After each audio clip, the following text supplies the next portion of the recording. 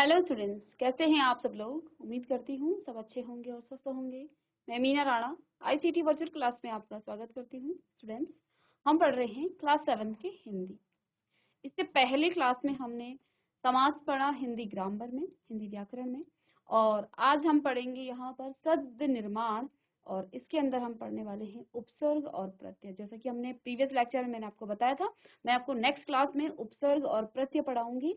तो उपसर्ग क्या होता है, बेसिकली ये अंदर आता है शब्द निर्माण के अंदर, यानी कि आप शब्दों का निर्माण किस प्रकार से करते हैं, इसके अंदर आता है उपसर्ग और प्रत्यय। यानी कि जब आप किसी शब्द का निर्माण करते हैं तो उन शब्दों को निर्माण करने के लिए आपको उपसर्ग और प्रत्यय लगाने पड़ते हैं। उससे भी आपके शब्दों के निर्माण हो जाते हैं, कुछ नए शब्दों के निर्माण हो जाते हैं। तो देखिए यहाँ पर उपसर्ग और प्रत्यय आप हेडिंग डालेंगे शब्द निर्माण, और इसी के अंदर आपका टॉपिक है उपसर्ग और प्रत्यय। तो देखिए मूल शब्दों में कुछ शब्दांशों या शब्दों को जोड़कर नए शब्द की रचना की जाती है। यानी कि आपके पास कुछ मूल शब्द होंगे, उन्हीं मूल शब्दों में आप क्या करते हैं, उपसर्ग और प्रत्ययों को जोड़ते हैं, उससे आपके नए शब्द बन जाते हैं। ठीक है। अब उपसर्ग क्या होता है, कहाँ जोड़ा जाता है, और प्रत्यय क्या होता है, उसके बारे में पढ़ते हैं। जो शब्दांश या शब्द मूल शब्द के आगे जुड़कर, यानी कि यदि आपके पास कोई मूल शब्द है और उससे आगे से वो जुड़ जाए, क्या शब्द, और उससे एक नया शब्द बन जाए, उन्हें हम उपसर्ग कहते हैं।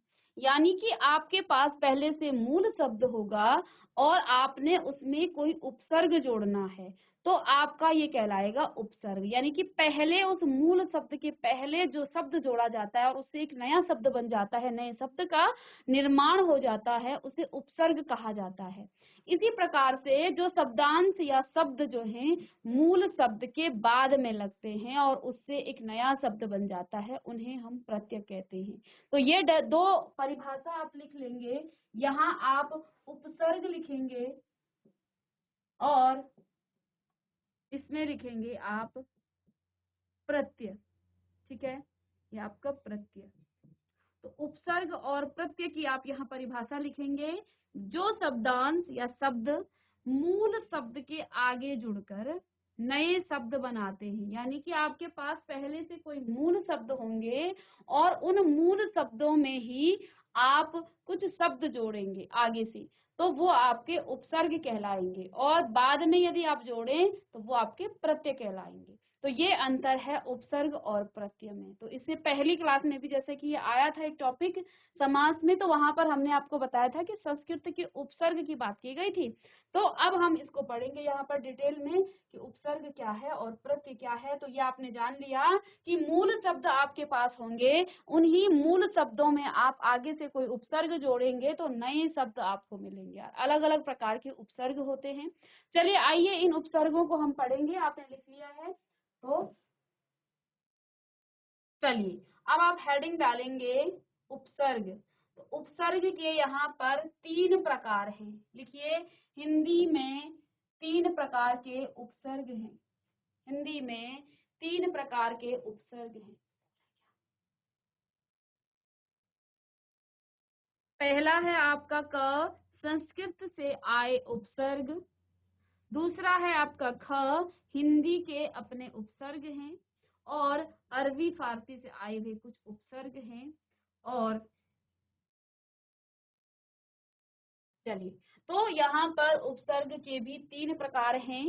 कुछ उपसर्ग आपके संस्कृत से आए, कुछ उपसर्ग आपके हिंदी से आए, और कुछ उपसर्ग आपके अरबी और फारसी से आए। साथ ही साथ इसमें कुछ उर्दू के उपसर्ग भी हैं। ठीक है, तो यही अपने सिलेबस में इतना ही है। आगे हम बड़ी क्लासेस में और इसको अच्छे से और इसमें ऐड करेंगे। तो देखिए अब आपका पहला आप हेडिंग डालेंगे यहाँ पर संस्कृत से आए उपसर्ग। ठीक है, संस्कृत से आए उपसर्ग। तो पहला है अ। अ जो शब्द है ये संस्कृत से आया हुआ उपसर्ग है। अ जो शब्द है वो संस्कृत से आया हुआ उपसर्ग है। इस अ का मतलब होता है अभाव, और भी इसके अर्थ होते हैं। अभाव, निषेध के अर्थ में। निषेध यानी कि अभाव जानते हैं आप, अ का मतलब क्या होता है? अभाव, जो है नहीं आपके पास, ठीक है ना। तो चलिए इतना सा आप देखें। तो यहाँ पर पहला है उपसर्ग, आपके कहाँ से? संस्कृत से आए उपसर्ग। अ उपसर्ग है और इनमें हमने कुछ मूल शब्दों को जोड़ा है। इन मूल शब्दों को जोड़ने के बाद, यानी कि मूल शब्द में आपने उपसर्ग जोड़ा, तो एक नया शब्द बन जाता है। जैसा कि हमने पढ़ा था शब्द निर्माण, किस प्रकार से शब्दों का निर्माण होता है, शब्दों को बनाया जाता है। तो हम क्या करते हैं, कभी कभी किसी उपसर्ग को हम शब्द, मूल शब्द के आगे जोड़ते हैं, वे आपके प्रत्यय कहलाते हैं। और मूल शब्द के पीछे यदि आप किसी को शब्द को जोड़ेंगे तो वो आपके, सॉरी, ये आपके उपसर्ग कहलाते हैं। मूल शब्द के बाद में आप जोड़ेंगे तो वो आपके प्रत्यय कहलाएंगे, ठीक है। तो मूल शब्द से पहले जो जुड़ा वो आपका उपसर्ग, और मूल शब्द के बाद जो जुड़ा उसे आप प्रत्यय कहेंगे, ठीक है। तो आपने हेडिंग डालनी है, आपने यहाँ लिख लिए कि 3 आपके उपसर्ग हैं। पहला है आपका हिंदी के, फिर आपके संस्कृत के, फिर हिंदी के, फारसी और अरबी के उपसर्ग। अब आप क लिखेंगे और यहाँ पर आप लिखेंगे संस्कृत से आए उपसर्ग। तो अ जो है, अ का मतलब है अभाव या निषेध के अर्थ में, निषेध, ठीक है। आगे आप अर्थ में समझ लेंगे क्या इसका मेन मतलब है। तो देखें यहाँ पर अ तो उपसर्ग है। इस अ उपसर्ग से कौन कौन से शब्द बन रहे हैं, कुछ यहाँ उदाहरण हम देखते हैं। ज्ञान कोई शब्द है, इस ज्ञान में यदि आप अ लगा दें तो ये आपका क्या हो जाएगा? अज्ञान। अज्ञान का मतलब क्या हो जाता है? अज्ञान का अभाव, यानी कि जिसके पास ज्ञान ना हो, है ना, तो अज्ञान कहा जाएगा। अधर्म, तो धर्म आप जानते हैं ये मूल शब्द है। अब इसमें आप उपसर्ग लगा दें तो ये आपका अधर्म। अधर्म जिसमें धर्म का अभाव हो, धर्म ना हो, तो वो आपका अधर्म कहलाएगा, ठीक है। लिख लीजिए, इसे लिख लीजिएगा।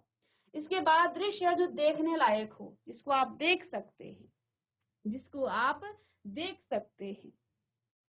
अब इस दृश्य में आप उपसर्ग लगा दें, इसी दृश्य में यदि आप उपसर्ग लगा दें उपसर्ग, तो ये इसका अर्थ एक नया शब्द क्या बन जाता है? अदृश्य। एक नया शब्द आपका बन जाता है अदृश्य। अदृश्य का मतलब क्या होता है? जो आपको दिखाई न दे, जिसमें आपको दृश्य का अभाव हो, तो ये आपका अदृश्य कहलाता है। अधन मोल, मोल जिसका मोल किया जाए, जिसका मूल्य किया जाए, ठीक है। और अमोल जिसका कोई मोल ना हो, ठीक है ना। तो ये अभाव यहाँ पर बता रहा है। न्याय आप जानते हैं, और अन्याय क्या होता है? जिसमें न्याय का अभाव हो, ठीक है। ऐसे ही खाद्य, खाद्य अखाद्य, जो खाने लायक हो, जिसको आप खा सकते हैं, वो आपका खाद्य है। और अखाद्य जिसको खा नहीं सकते हैं, तो अभाव यहाँ बता रहा है, ठीक है। अनैतिक, नैतिक आपका मूल शब्द है। इसी नैतिक में आपने अ उपसर्ग लगाया तो आपका एक नया शब्द बना अनैतिक। और अनैतिक यहाँ अभाव को बता रहा है, जिसमें नैतिकता की अभाव हो, अभावता हो उसमें, उसको आप अनैतिक कहें। धार्मिक, सभी जानते हैं धार्मिक का मतलब, ठीक है। और इसमें यदि आपने अ उपसर्ग लगा दिया तो ये आपका क्या हो गया? अधार्मिक, अधार्मिक, ठीक है। चलिए जल्दी से लिखें। इसी प्रकार से यहाँ ऐसे ही हिंसा, हिंसा क्या होती है? हिंसा सभी जानते हैं, जिसमें आप क्या करते हैं? लड़ाई झगड़ा मारपीट, ये सब क्या होती है? हिंसा होती है, ठीक है। अब अहिंसा, अहिंसा एक नया शब्द बना, यहाँ उपसर्ग को जोड़ा और आपका एक नया शब्द बना। तो मूल शब्द में जब आप किसको जोड़ते हैं? उपसर्ग, एक नया शब्द बनता है। सभी को नोट डाउन करना है आपने, अपनी नोटबुक निकालिएगा,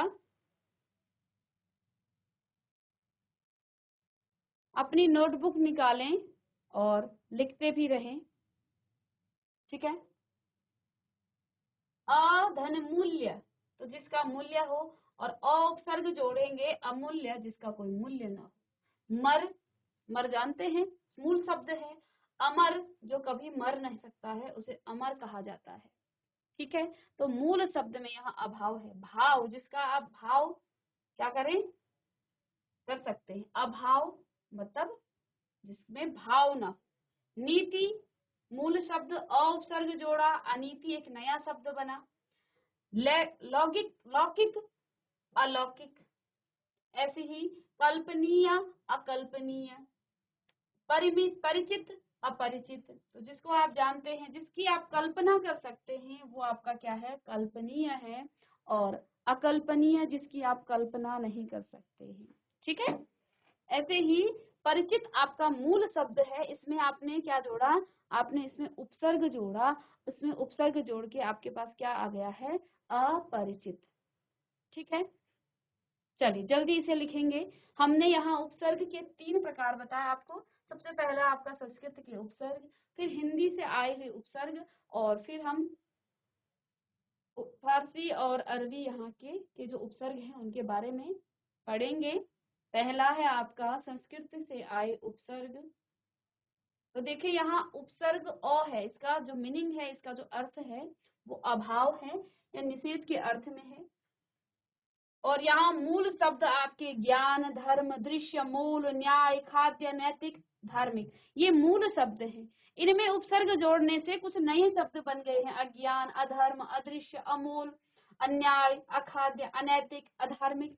फिर यहाँ मूल शब्द देखिए, हिंसा, मूल्य, मर, भाव, नीति, लौकिक, कल्पनीय, परिचित। और इन्हें आपने उपसर्ग को जोड़ा, अहिंसा, अमूल्य, अमर, अभाव, अनीति, अलौकिक, अकल्पनीय और अपरिचित। तो यहाँ पर हमने क्या किया, उपसर्ग को जोड़ करके इसमें हमने नए शब्दों का निर्माण किया है।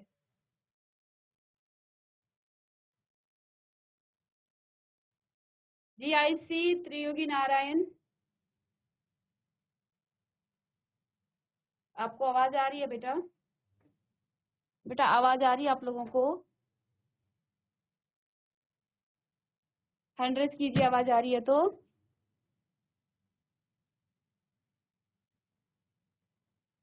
चलिए माइक ले लीजिएगा, माइक ले लीजिए, आवाज आ रही है तो माइक ले लेंगे।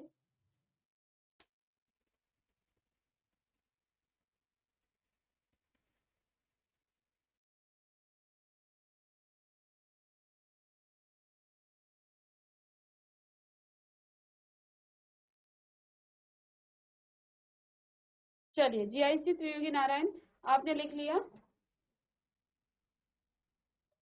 देखिए अ एक उपसर्ग है, वो भी संस्कृत का। इस अ से कितने मूल शब्दों में हमने इसको जोड़ा, तो आपको कुछ नए शब्द मिल गए हैं।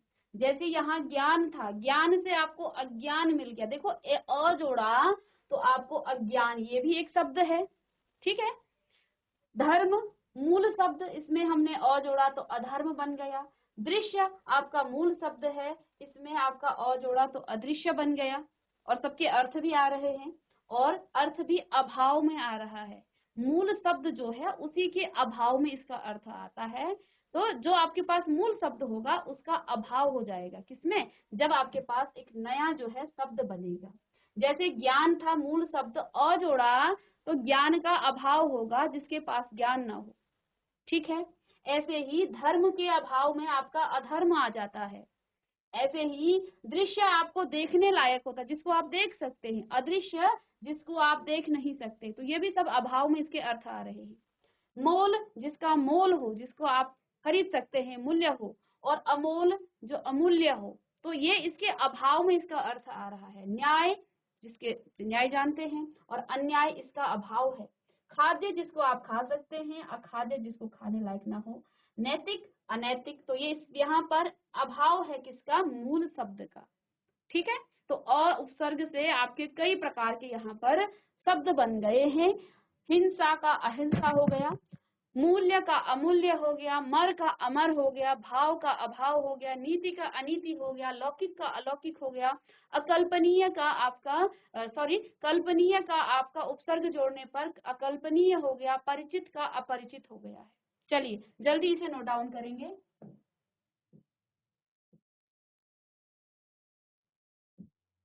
चलिए नोट डाउन करके आप हैंड रेज कीजिएगा, त्रियोगी नारायण, और जल्दी लिखिए। तो यहाँ हमने क्या कहा कि संस्कृत के उपसर्ग, यानी कि यहाँ पर एक शब्द हमने एक उपसर्ग लिया, एक शब्द लिया अ उपसर्ग से आपके कई प्रकार के क्या बन गए हैं, नए शब्द बन गए हैं। और शब्द भी कैसे बने हैं, जो मूल शब्द हैं, मूल शब्द का ही अभाव है उस शब्द में। मीन्स ज्ञान आपका मूल शब्द है और जब आपने इसमें उपसर्ग जोड़ा तो अज्ञान हो गया है। तो मूल शब्द का अभाव, अज्ञान का मतलब जिसके पास ज्ञान न हो, तो उसी का अभाव हो गया है, मूल शब्द का ही अभाव। तो यहाँ अभाव या इस पे निषेध के अर्थ में ये क्या कर रहा है, इसका अर्थ बता रहा है। सभी ने लिख लिया? श्री योगी नारायण आपने लिख लिया? बेटा हैंड रेज कीजिए अगर लिख लिया है तो आगे बढ़ेंगे। चलिए लिखिए, फिर जल्दी से लिखिए।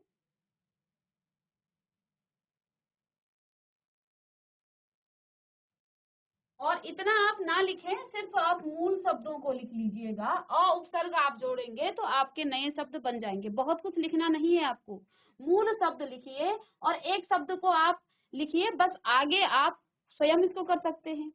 बस आपको मूल शब्द लिखने हैं और इसमें आपने अ उपसर्ग जोड़ना है। तो आप क्या कीजिएगा, एक शब्द को लिखें, इसका उपसर्ग और इसका मूल शब्द और यहाँ पर आपका जो एक नया शब्द बनता है उसको लिखें।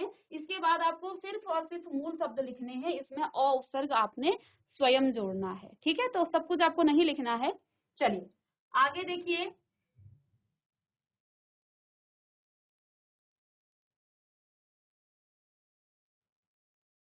दिख रहा है आपको?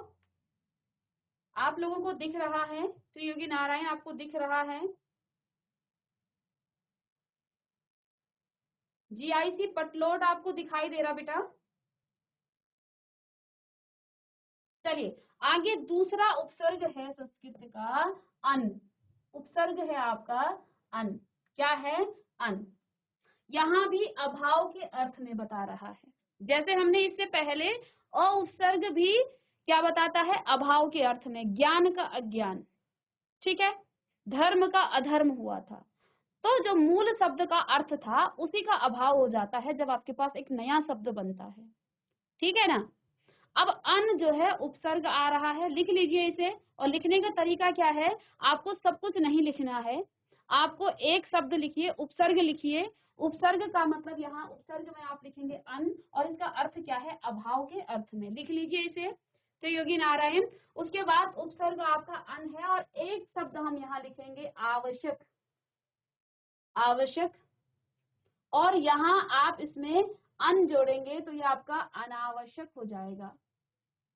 आवश्यक जिसकी आवश्यकता होती है, जिसकी जरूरत होती है। अनावश्यक जिसकी जरूरत नहीं है। ठीक है, तो ये भी अभाव में इसका अर्थ बता रहा है। ऐसे ही आदि मूल शब्द है और अन जोड़ा तो अनादि। ठीक है, आदि में बहुत कुछ आता है, अनादि जिसका कोई अंत नहीं है।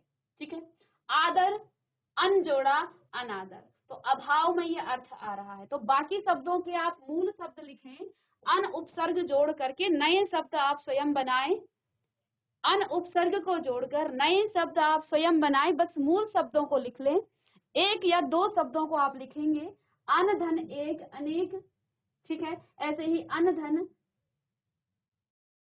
आसक्ति अनासक्ति, अन धन गिनत अनगिनत। तो ये जो है मूल शब्द के अभाव में ही बता रहा है। यश अपयश। ठीक है, ये अन का क्या है, उपसर्ग के उदाहरण है। तीसरा यहाँ संस्कृत का उपसर्ग है, ये दूसरा है अप। तो अप का जो मीनिंग है, जो अर्थ है, अप का मतलब हो जाएगा बुरा, अनुचित। अनुचित या बुरा। ठीक है, अर्थ लिखें। उपसर्ग है आपके पास अन। अन का मतलब अभाव के अर्थ में है। यहाँ आप उदाहरण लिख लीजिएगा एक दो, बाकी आप मूल शब्दों में जोड़ करके स्वयं इसके अर्थ, नए शब्द किस प्रकार से बन रहे, शब्द का निर्माण कैसे होता है, शब्दों के निर्माण उपसर्ग और प्रत्यय के द्वारा कैसे होता है, ये हम यहाँ पढ़ रहे हैं। उपसर्ग क्या होता है, प्रत्यय क्या होता है, ये आपने लिख लिया होगा इससे पहले।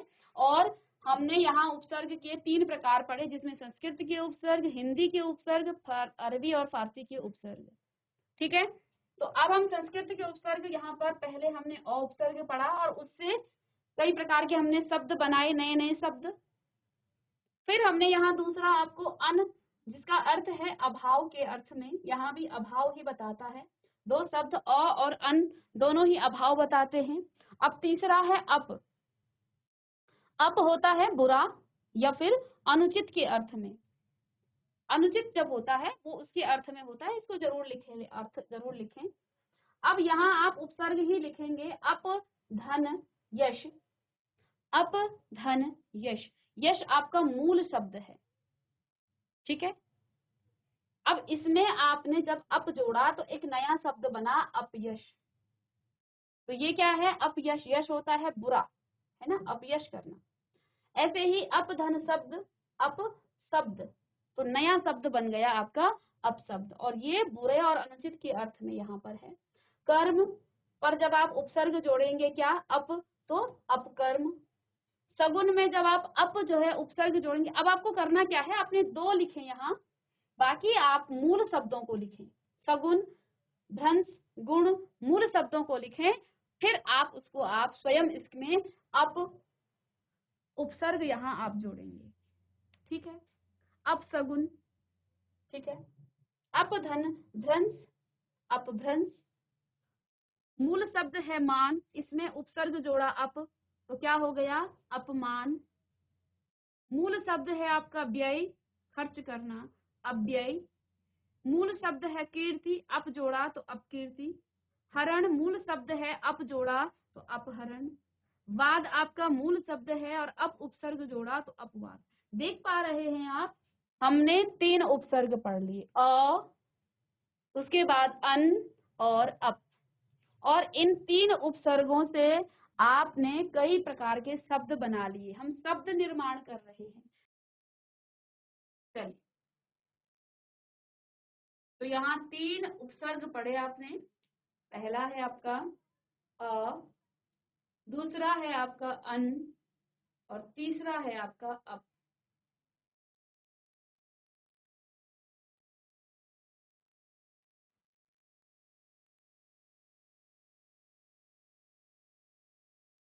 चलिए, इतना तो अब आपको समझ में आ गया होगा।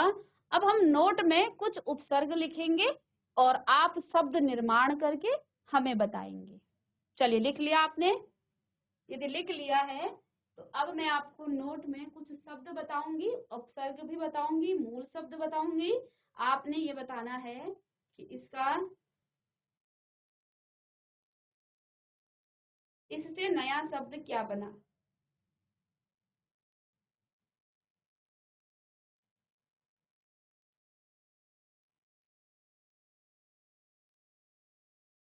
त्रियोगी नारायण आपने लिख लिया, हैंड रेज करेंगे, इसके बाद हम आगे बढ़ेंगे। पटलोट जीआईसी आपने लिख लिया है तो हैंड रेज करिए। चलिए, बहुत अच्छे, very good. GIC Triyogi Narayan, आप बताइए, आपने लिखा? नहीं लिखा, जल्दी से लिखिएगा। चलिए, पीछे गर्ल्स ने लिख लिया है, बॉयज आप जल्दी लिखें। चलिए, गर्ल्स ने लिख लिया है पीछे, जल्दी लिखें।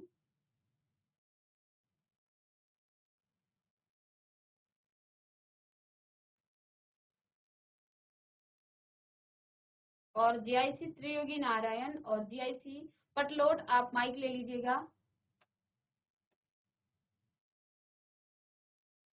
एक बच्चा माइक ले लेगा। चलिए, आगे बढ़े, हो गया आप लोगों का? चलिए, अब आगे लिखें आप। नेक्स्ट जो आपके पास यहाँ पर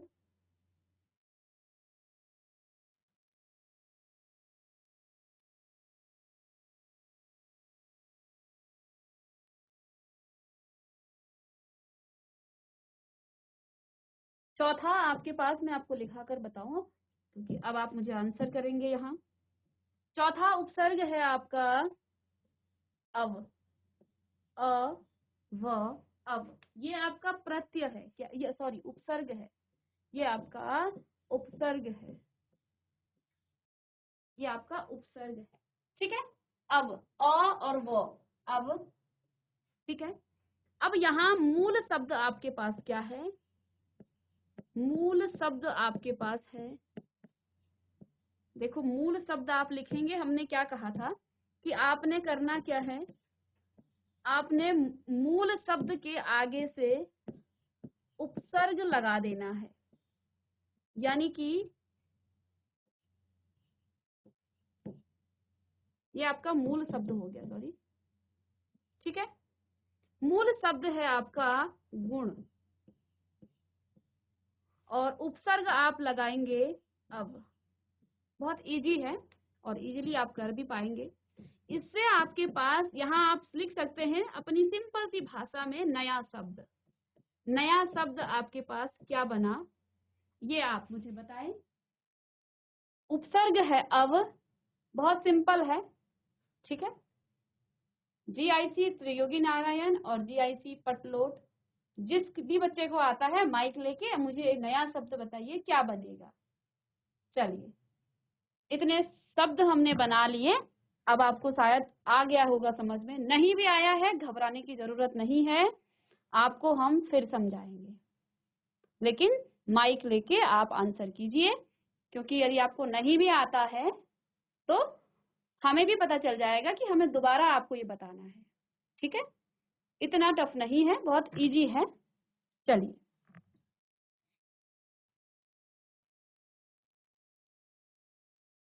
चलिए बहुत अच्छे, त्रियोगी नारायण से बच्चे माइक ले रहे हैं। तो यहाँ ये जो अर्थ है इसका, इसका अर्थ भी यही है। क्या अर्थ है इसका? अव का अभाव। अभाव तो जानते हैं ना, मूल शब्द जो है ना उसका अभाव हो जाएगा। चलिए, पटलोट आपका मैंने देख लिया है, जिनकी भी ये कॉपी है इन्होंने लिखा है अवगुण, ठीक है। नया शब्द आपका, ठीक है, वेरी गुड, अवगुण, बहुत अच्छे। पटलोट आपका आंसर सही है, इनसे नया शब्द बना है अवगुण। इतना टफ नहीं था, ठीक है। बस आपने उपसर्ग जोड़ना है, ये मूल शब्द है गुण, और इसी में आपने उपसर्ग जोड़ा तो आपका आया अवगुण, ठीक है। आपका आंसर बिल्कुल सही है, जीआईसी पटलोट। लिखिए इसे।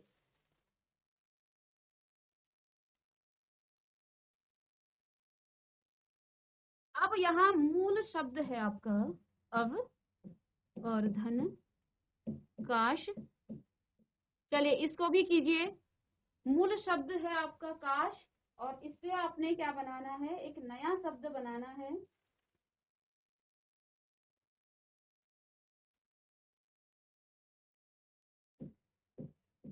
अव धन चेतन।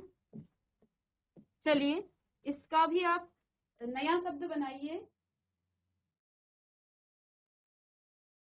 यहाँ मूल शब्द है मानना, और अब यहाँ पर उपसर्ग है, अब यहाँ पर उपसर्ग है। चलिए इन सभी शब्दों को, 3 शब्दों को आप होमवर्क करके लाएं, या फिर आप अभी कर सकते हैं तो कीजिएगा इसे।